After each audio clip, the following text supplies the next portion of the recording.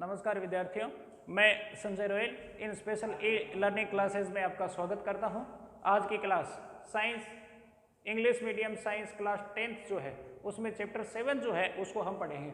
अब इस चैप्टर में पीछे वाली क्लासेज जो है उन क्लासेज में हमने पढ़ा था classification of elements, classification of elements bye modern periodic table, वहाँ तक हमने पढ़ लिया था और उसके कैरेक्टरिस्टिक्स फीचर जो है उनके बारे में स्टडी हमने की थी।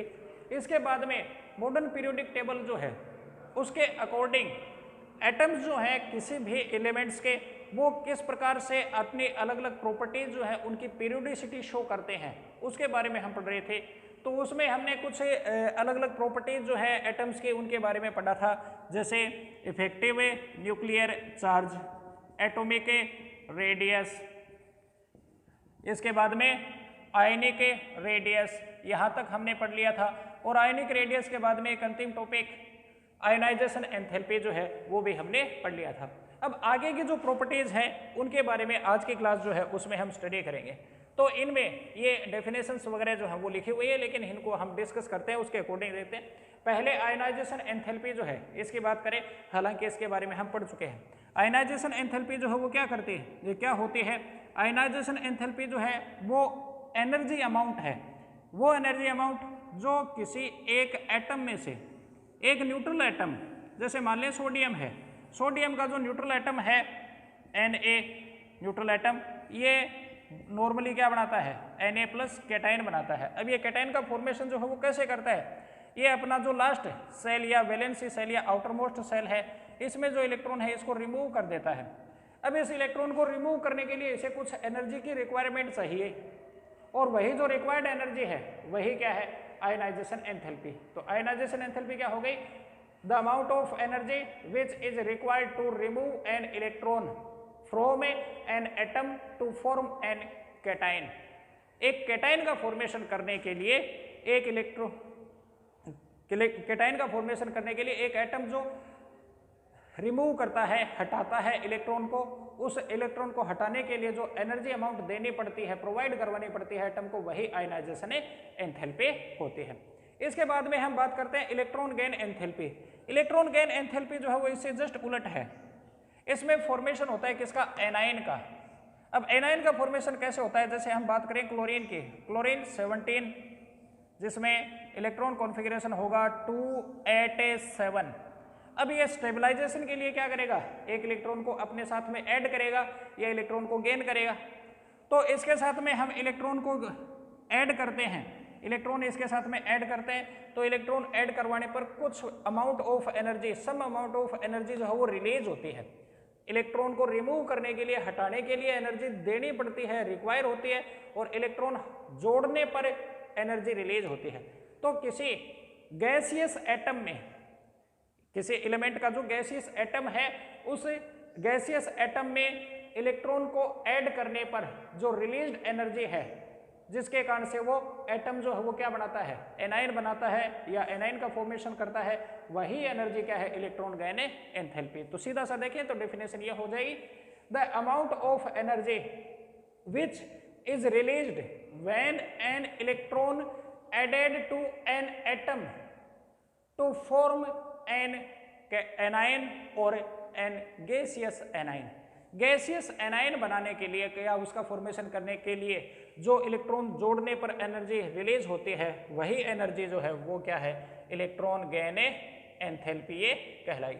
अब इलेक्ट्रॉन गेन एंथैल्पी एक मॉडर्न पीरियोडिक टेबल जो है उसमें कैसे चेंज होती है, तो उसमें हम बात करते हैं दो चीज़ों की, एक पीरियड और एक ग्रुप। और इसमें सीधा सा ध्यान में रखें, जैसा आयनाइजेशन एंथैल्पी था, एक पीरियड में इलेक्ट्रॉन गेन एंथैल्पी जो है वो क्या होती है? Increases, and in a group electron gain enthalpy is a decreases. अब इसका कारण जो है वो क्या बताना है? सीधा सा ये बता दें, सीधा सा आप इसको जोड़कर चलें किससे? एटॉमिक साइज और ENC से, और उसके बारे में हमने पहले ही पढ़ दिया था। Atomic size in a period is decreases and effective nuclear charge in a period is increases. So the electron gain enthalpy also increases in period. इन चीजों को आपको ध्यान में रखना है और इसके बेसिस पर रीजन जो है वो आपको शो करना है। तो रीजन जो है इसका क्या होगा वो चीज, बाकी मेन चीज ये है कि एक पीरियड में इलेक्ट्रॉन गेन एंथैल्पी जो है वो इंक्रीज होती है और उसका कारण यही है, कारण ये है कि एटॉमिक साइज और effective nuclear charge, atomic size decrease होता है, इफेक्टिव न्यूक्लियर चार्ज इंक्रीज होता है और उसके कारण से जो इलेक्ट्रॉन जोड़ते हैं तो उस पर रिलीज होने वाली एनर्जी है वो भी क्या होती है, इंक्रीज। सो electron gain enthalpy also increases. और दूसरी बात करें एक ग्रुप में ये डिक्रीज होती है, उसका कारण जस्ट उल्टा बता दें। In a group when a moves in a group from top to bottom atomic size increases and effective nuclear charge decreases. So the value of electron gain enthalpy also decreases. ये चीज इतना सा बता दें। अब इसके बाद में आगे हम अगली जो प्रॉपर्टी है उस पर आते हैं और अगली जो प्रॉपर्टी है वो है इलेक्ट्रोनेगेटिविटी। अब ये इलेक्ट्रोनेगेटिविटी जो है वो क्या है उसकी बात करें। हमें इलेक्ट्रोनेगेटिविटी जो है वो एक ऐसी प्रॉपर्टी है जो नॉर्मली कोवेलेंट कंपाउंड में डिसिमिलर एटम्स जो हैं उनके बीच में शो होती है। जैसे हमें एग्जांपल लेते हैं HCl का, हाइड्रोजन क्लोराइड, या फिर कह सकते हैं हाइड्रोक्लोरिक एसिड। इसमें हाइड्रोजन और क्लोरीन दोनों जो हैं वो कोवेलेंट बॉन्ड के थ्रू जुड़े हैं और इसमें दो इलेक्ट्रॉन का एक पेयर जो है जो साझे में है। ये पेयर जो है इस इलेक्ट्रॉन, इन दोनों पेयर्ड इलेक्ट्रॉन को ये इलेक्ट्रॉन का न्यूक्लियस जो है वो भी अपनी ओर अट्रैक्ट करता है, इस इलेक्ट्रॉन का न्यूक्लियस भी अपनी ओर अट्रैक्ट करता है। तो दोनों एटम जो हैं वो इन पेयर्ड इलेक्ट्रॉन को अपनी अपनी ओर क्या करते हैं, अट्रैक्ट करते हैं। लेकिन एक की अट्रैक्शन कैपेसिटी दूसरे से ज्यादा है क्योंकि ये डिसिमिलर एटम है। जैसे इसमें क्लोरीन की अट्रैक्शन कैपेसिटी ज्यादा है, वही क्या है, इलेक्ट्रोनेगेटिविटी। तो the attraction capacity is known as a electronegativity, ठीक है, between two dissimilar atom in a covalent compound. एक कोवेलेंट कंपाउंड में, ये कोवेलेंट कंपाउंड है, एक कोवेलेंट कंपाउंड में दो अलग अलग दो डिसिमिलर एटम्स जो हैं उनमें उस साझे के इलेक्ट्रॉन्स को, केमिकल बॉन्ड में जो इलेक्ट्रॉन्स हैं उनको अट्रैक्शन करना जो है वही क्या है, electronegativity. To attract electrons of a chemical bond between two dissimilar atoms. ये चीज जरूरी है, एटम्स अलग अलग होने चाहिए, यूं नहीं जैसे हाइड्रोजन में H और H जुड़े हैं तो इनके बीच में, क्योंकि इनकी इलेक्ट्रोनेगेटिविटी या कैपेसिटी है वो तो बराबर है, इनकी डिसिमिलर है। तो dissimilar atom by an atom, तो डिसिमिलर एटम्स में से एक एटम के द्वारा अट्रैक्शन करने की कैपेसिटी है एक कोवेलेंट कंपाउंड में, वही क्या है, इलेक्ट्रोनेगेटिविटी। इसकी वैल्यू को आप कैसे बताएं, तो नॉर्मल ज्यादा समझने की जरूरत नहीं है, नॉर्मल याद रख लें। Electronegativity value in a period increases and in a group decreases, because, कारण वही बता दें, because in a period atomic size decreases and ENC value increases, so the electronegativity also increases in a period. और एक group में, in a group electronegativity is a decreases because the atomic size increases and effective nuclear charge decreases, so the electronegativity also decreases in a group. तो ये तीन और गुण या properties जो हैं एलिमेंट से रिलेटेड वो हमने पढ़ी। इसके बाद में अगली जो प्रॉपर्टी है उसकी हम बात करते हैं या उस पर आते हैं।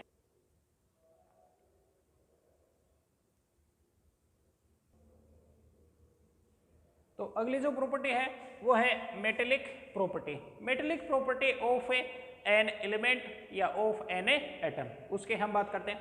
अब मेटेलिक प्रॉपर्टी जो है वो हम किसे कहेंगे, तो उसको पहले समझते हैं। मेटल जो है वो नॉर्मली देखा जाए तो पीरियोडिक टेबल में जो है वो लेफ्ट साइड में मिलते हैं, लेफ्ट साइड में, और ज़्यादातर नीचे की तरफ मिलते हैं। और मेटल्स की ये प्रॉपर्टी होती है कि मेटल्स नॉर्मली क्या करते हैं, मेटल्स के आउटर मोस्ट सेल में electron, numbers of electron normally क्या होते हैं, 1 2 3 इस तरह से मिलते हैं। और इस तरह से ये स्टेबलाइज होने के लिए, अपने आप को स्टेबल करने के लिए क्या करते हैं, ये इलेक्ट्रॉन को रिमूव कर देते हैं। और इलेक्ट्रॉन को रिमूव करके क्या बनाते हैं, फॉर्मेशन करते हैं किसका, कैटायन का। तो नॉर्मली जो एटम्स कैटायन का फॉर्मेशन करते हैं वो क्या है, एटम, वो है मेटेलिक प्रॉपर्टी, या वो मेटल्स होते हैं और उनकी वो प्रॉपर्टी जो है वही क्या है, मेटेलिक प्रॉपर्टी। अब इस बेसिस पर देखें तो मेटेलिक प्रॉपर्टी जो है उसकी डेफिनेशन क्या हो गई, the tendency to forming cation cation बनाने की जो टेंडेंसी है या कैटायन का फॉर्मेशन करने की जो टेंडेंसी है वही क्या है, मेटेलिक प्रॉपर्टी। और कैटायन कैसे बनाए, इसके आधार पर हम इस डेफिनेशन को थोड़ा सा और आगे बढ़ा सकते हैं। The tendency to forming cation by losing electron from an atom of element is called metallic property. सीधा सा हो गया। जैसे सोडियम में देखें, सोडियम जो है वो नॉर्मली क्या करता है, अपने आउटर मोस्ट शेल में से एक इलेक्ट्रॉन को क्या कर देता है, रिमूव कर देता है। तो इलेक्ट्रॉन को रिमूव करके और कैटायन बनाने का या कैटायन का फॉर्मेशन करने की जो टेंडेंसी है वही क्या है, मेटेलिक प्रॉपर्टी। अब मेटेलिक प्रॉपर्टी जो है वो कैसे इंक्रीज या डिक्रीज होती है एक पीरियड या एक ग्रुप में, उसकी बात करते हैं। तो पहले एक पीरियड में आते हैं। तो पीरियड में सीधा सा ध्यान में रखें, अभी तक ये जितनी भी हमने देखी हैं ये सारी एक पीरियड में इंक्रीज हो रही हैं। मेटेलिक प्रॉपर्टी जो है वो क्या होती है, डिक्रीज होती है। इन सब का आपस में जो संबंध है उनको हम लास्ट में अलग से देखेंगे। तो एक in a period metallic property, सीधा सा ध्यान में रखें, डिक्रीज होती है। और in a group metallic property is increases. अब उसका कारण जो है वो देखें। यदि हम देखें मेटेलिक प्रॉपर्टी की बात करें तो वो पीरियड में डिक्रीज कैसे होती है। एक पीरियड में, जैसे हम इसकी बात कर रहे हैं, एक पीरियड ये ले लिया हमने, lithium, beryllium, boron, carbon, nitrogen, oxygen, fluorine and neon. ये एलिमेंट 8 एलिमेंट जो है वो सेकेंड ग्रुप के एलिमेंट हैं। अब एक ग्रुप में जैसे जैसे हम इस ओर से इस ओर जाते हैं, एटम साइज में क्या चेंज आता है, वो डिक्रीज होते हैं। एटम का साइज डिक्रीज होता है और इफेक्टिव न्यूक्लियर चार्ज जो है वो क्या होता है, इंक्रीज होता है। ये प्रॉपर्टी आई। अब इफेक्टिव न्यूक्लियर चार्ज जैसे जैसे हम इस ओर से इस ओर जा रहे हैं इंक्रीज होता जा रहा है। तो इस ओर से इस ओर इंक्रीज होता जा रहा है, यानी न्यूक्लियस के द्वारा आउटर मोस्ट सेल में जो इलेक्ट्रॉन है उनके ऊपर जो अट्रैक्शन लग रहा है वो इंक्रीज हो रहा है। और वो यदि इंक्रीज हो रहा है तो इसका मतलब इलेक्ट्रॉन को रिमूव करने की जो कैपेसिटी है वो क्या होगी, यानी आयोनाइजेशन एंथैल्पी की जो वैल्यू है वो क्या हो जाएगी, इंक्रीज हो जाएगी।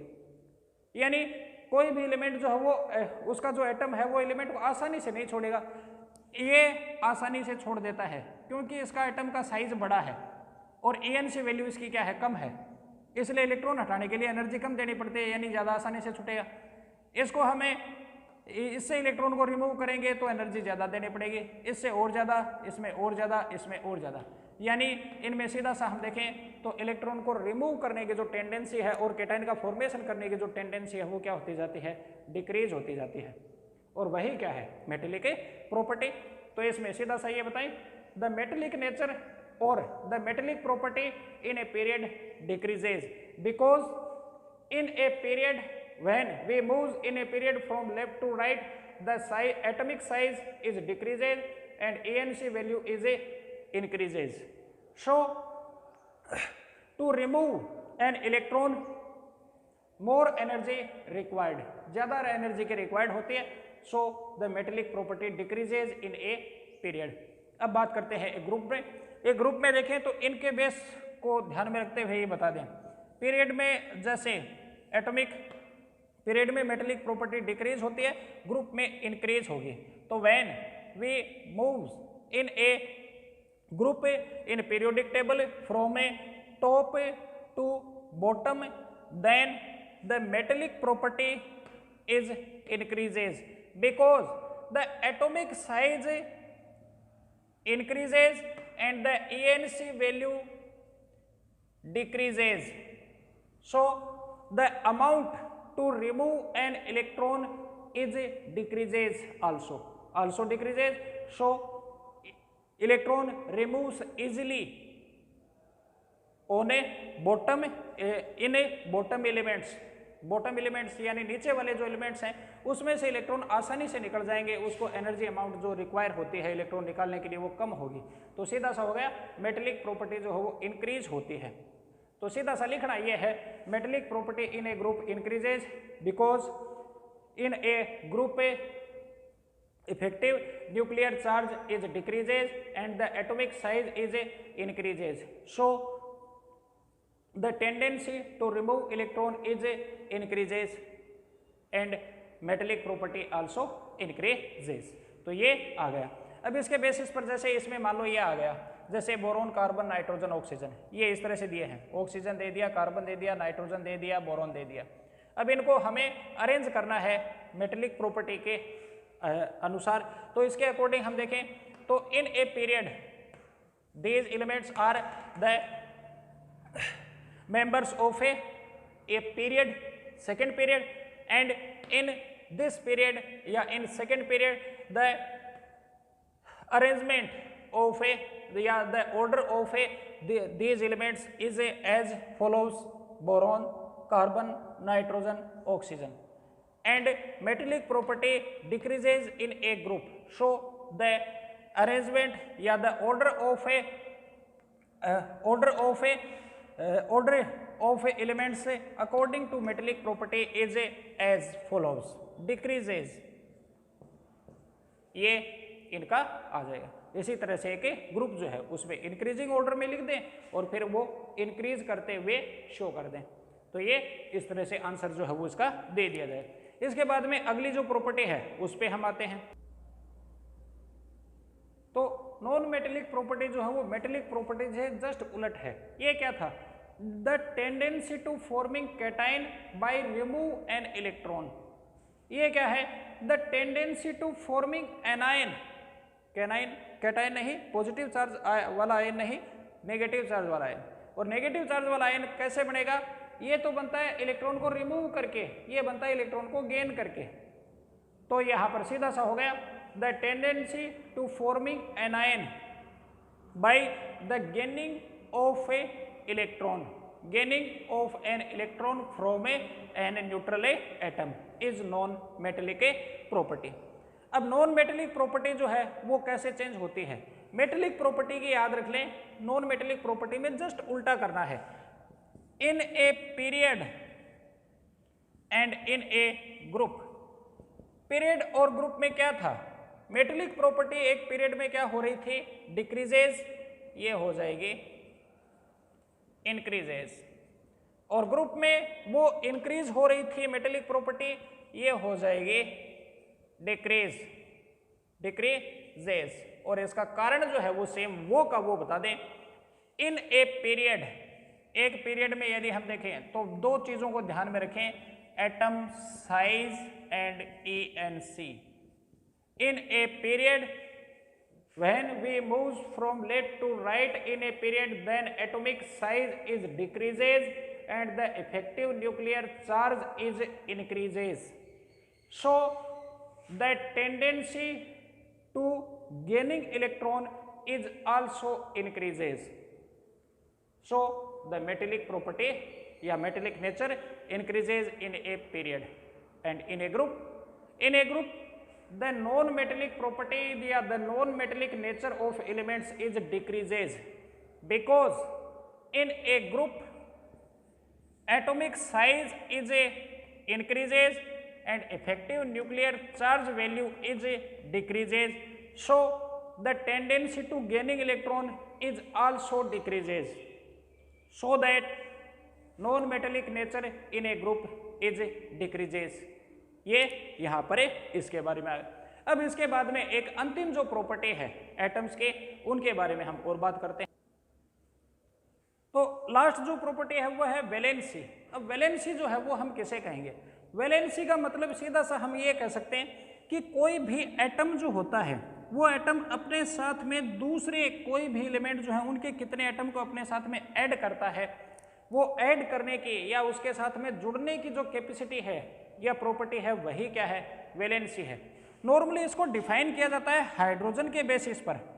अब इस बेसिस पर यदि हम देखें तो कोई भी एटम जो है उसके साथ में जितने भी हाइड्रोजन एटम्स जुड़ते हैं वो उसकी वैलेंसी को शो करते हैं। तो इसके बेसिस पर देखें तो वैलेंसी की जो डेफिनेशन है वो हो गई the number of A hydrogen atoms, ठीक है, total number of A hydrogen atoms which combined with an atom, जो एक एटम के साथ में किसी भी एलिमेंट के एक एटम के साथ में कंबाइन होते हैं वही उसकी क्या है? वैलेंसी है। अब इसको हम एग्जांपल से देखते हैं तो ज़्यादा क्लियर हो जाता है। जैसे हम बात करते हैं सोडियम हाइड्राइड। सोडियम हाइड्रोजन के एक एटम से जुड़ता है तो यहाँ पर सोडियम की जो वैलेंसी है वो क्या है, 1 है। HCl, इसमें हाइड्रोजन एक एटम जुड़ा है किसके साथ, एक क्लोरीन के साथ, तो यहाँ क्लोरीन की वैलेंसी जो है वो भी क्या है, 1 है। H2O, इसमें हम बात करते हैं ऑक्सीजन के साथ में कितने हाइड्रोजन जुड़े हैं, 2, तो हाइड्रोजन की वैलेंसी भी कितनी है, 2।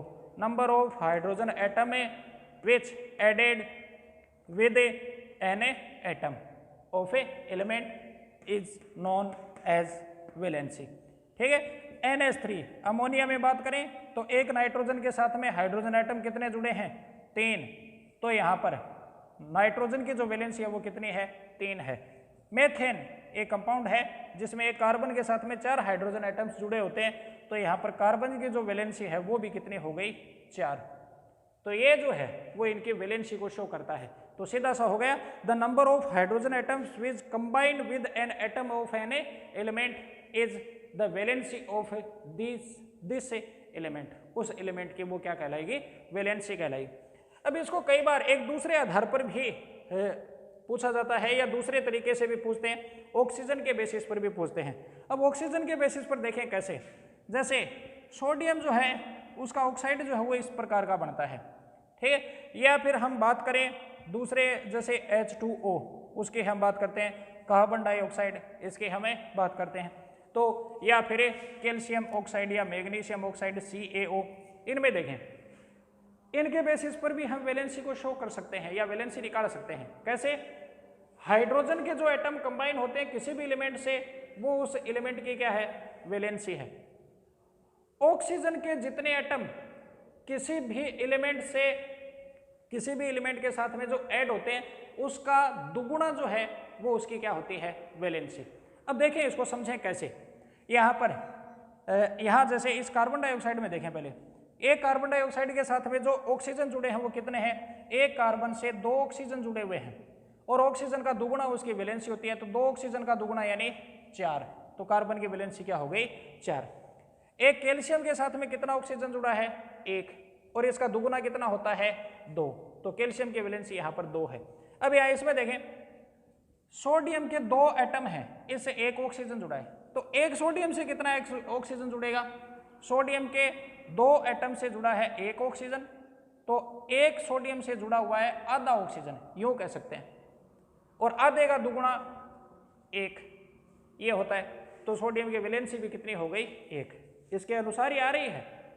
तो यूं कह सकते हैं the numbers of hydrogen atom which combine with an atom of an element is the valency of this element, या कह सकते हैं the double of the number of oxygen which combine with an atom of an element is the valency of this atom।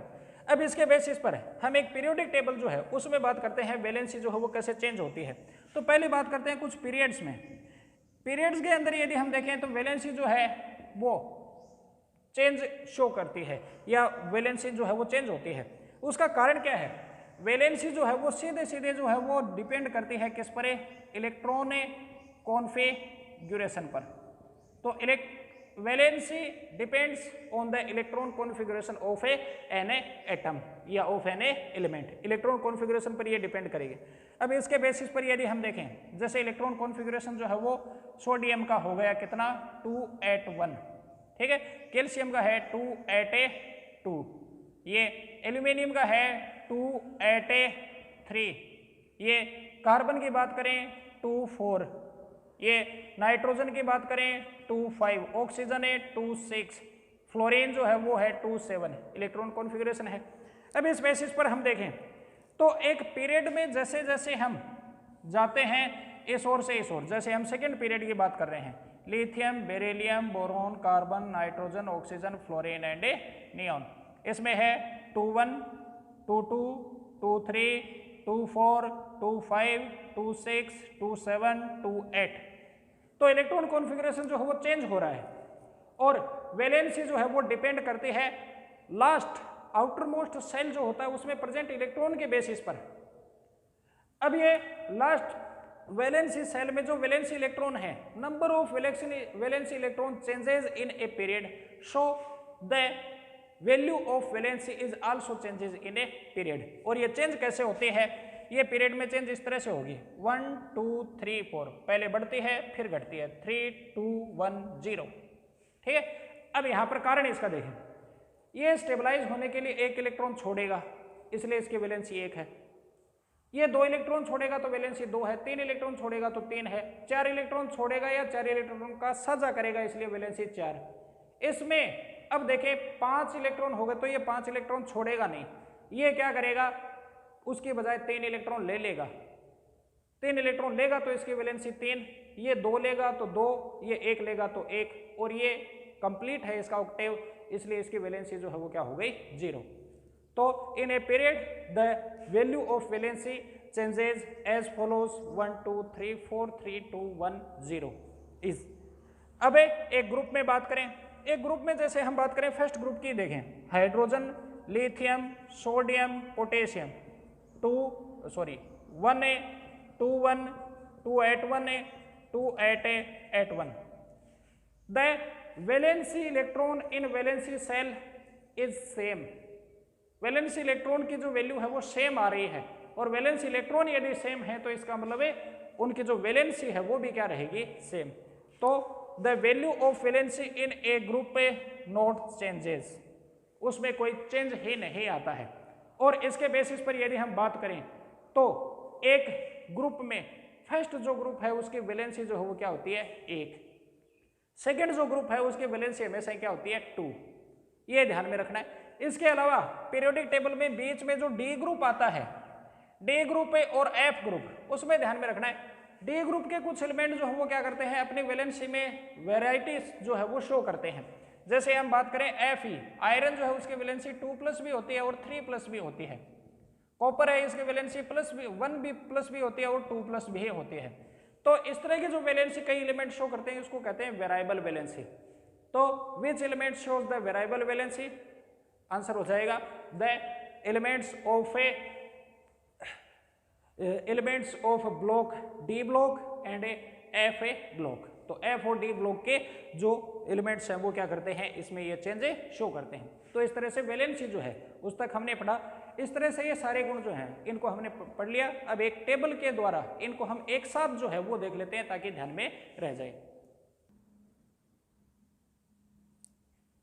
ठीक है, तो अब ये जितनी भी प्रॉपर्टीज इस चैप्टर में हमने पढ़ी हैं इसको एक टेबल के अनुसार हम रिवाइज कर लेते हैं या समराइज इनको कर लेते हैं, जिससे इनका कंपैरिजन जो है वो भी हो जाए। और इनके बेसिस पर इनको यूं ज़्यादा रटना नहीं है। आप नोट्स वगैरह में पढ़ोगे तो यूं लगेगा जैसे कन्फ्यूजन सा हो रहा है कि इज डिक्रीजेज इज इंक्रीजेज वगैरह और ये, तो उसमें आप सीधा सा इन दो चीज़ों को तो ध्यान में रखोगे ही रखोगे, या केवल एक को ये ध्यान में रखें, effective nuclear charge. Effective nuclear charge जो है वो एक पीरियड में क्या होता है, इंक्रीज होता है, क्योंकि जैसे जैसे हम उस ओर से इस ओर जाते हैं अट्रैक्शन जो है वो बढ़ता जाता है, क्योंकि बाहर इलेक्ट्रॉन बढ़ रहे हैं अंदर प्रोटॉन बढ़ रहे हैं, अट्रैक्शन बढ़ रहा है। वो अट्रैक्शन ही क्या है, इफेक्टिव न्यूक्लियर चार्ज है। तो effective nuclear charge in a period increase, ठीक है। और ग्रुप में जस्ट इसका क्या है, उल्टा डिक्रीज, ये हो गया। अब इसके बाद में एटॉमिक साइज और ये बाकी जो प्रॉपर्टीज हैं वो इसके बेसिस पर ध्यान में रख लें। इसमें से दो प्रॉपर्टीज, ये दो जो है वो अलग से ध्यान में रखें, एटॉमिक साइज और रेडियस एंड मेटेलिक प्रॉपर्टी, ठीक है। और एक वैलेंसी जो है इसको भी, बाकी 7 प्रॉपर्टीज सेम हो जाएंगी। इनमें देखिए तो ये दो जो है वो जस्ट इससे क्या है, उलट है। ये यदि इंक्रीज होता है तो एटॉमिक साइज और मेटेलिक प्रॉपर्टी डिक्रीज होती है, और यदि इफेक्टिव न्यूक्लियर चार्ज इंक्रीज होता है तो ionization enthalpy, electron gain enthalpy, electronegativity and non metallic property जो है वो भी क्या होती है, इंक्रीज होती है, ठीक है। सीधा सा ध्यान में रख लें, ये 4 ionization enthalpy, effective nuclear charge in a period, वो याद रखना है, increases in a period, decreases in a group. बाकी सेम, आयनाइजेशन एंथैल्पी सेम यूं ही, इलेक्ट्रॉन गेन एंथैल्पी सेम यूं ही, इलेक्ट्रोनेगेटिविटी सेम यूं ही and non metallic property same यूं ही, ठीक है। Ionization enthalpy increases in period, decreases in group, electron gain enthalpy increases in period, decreases in group, metallic electronegativity increases in period decreases in a group and non metallic nature या properties increases in period decreases in a group. ये दो just इसे उलट बता दें। उलट का मतलब है ये हो गया डिक्रीज और ये हो गया इंक्रीज। द एटॉमिक साइज और atomic radius decreases in a period increases in a group, ठीक है। और ऐसे ही मेटेलिक नेचर है डिक्रीज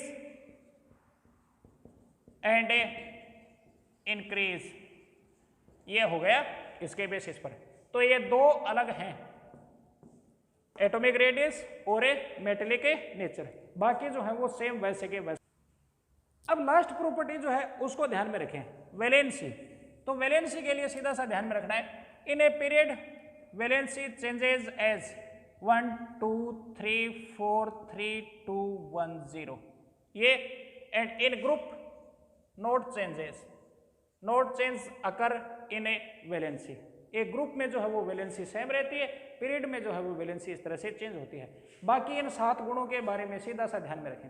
तो आप इस चैप्टर के लास्ट में ये जो टेबल है इस टेबल को बना लें ताकि ज़्यादा रटने वगैरह की जरूरत नहीं पड़े। सीधा सा ध्यान में रखें, इफेक्टिव न्यूक्लियर चार्ज 1 का ध्यान में रख लो, ये इंक्रीज होता है पीरियड में और डिक्रीज होता है ग्रुप में। बाकी जितनी भी प्रॉपर्टीज हैं, ionization enthalpy, electron gain enthalpy, electronegativity and non metallic nature same to same वैसे ही चेंज होंगे। और एटॉमिक साइज और मेटेलिक नेचर जो है वो जस्ट उल्टा होगा, ये इंक्रीज है तो ये डिक्रीज है और ये डिक्रीज है तो ये इंक्रीज है। तो इसी के साथ ही में अपना ये 7 चैप्टर जो है वो कंप्लीट होता है। धन्यवाद। अगले क्लास में हम 8th चैप्टर जो है उसको शुरू करेंगे।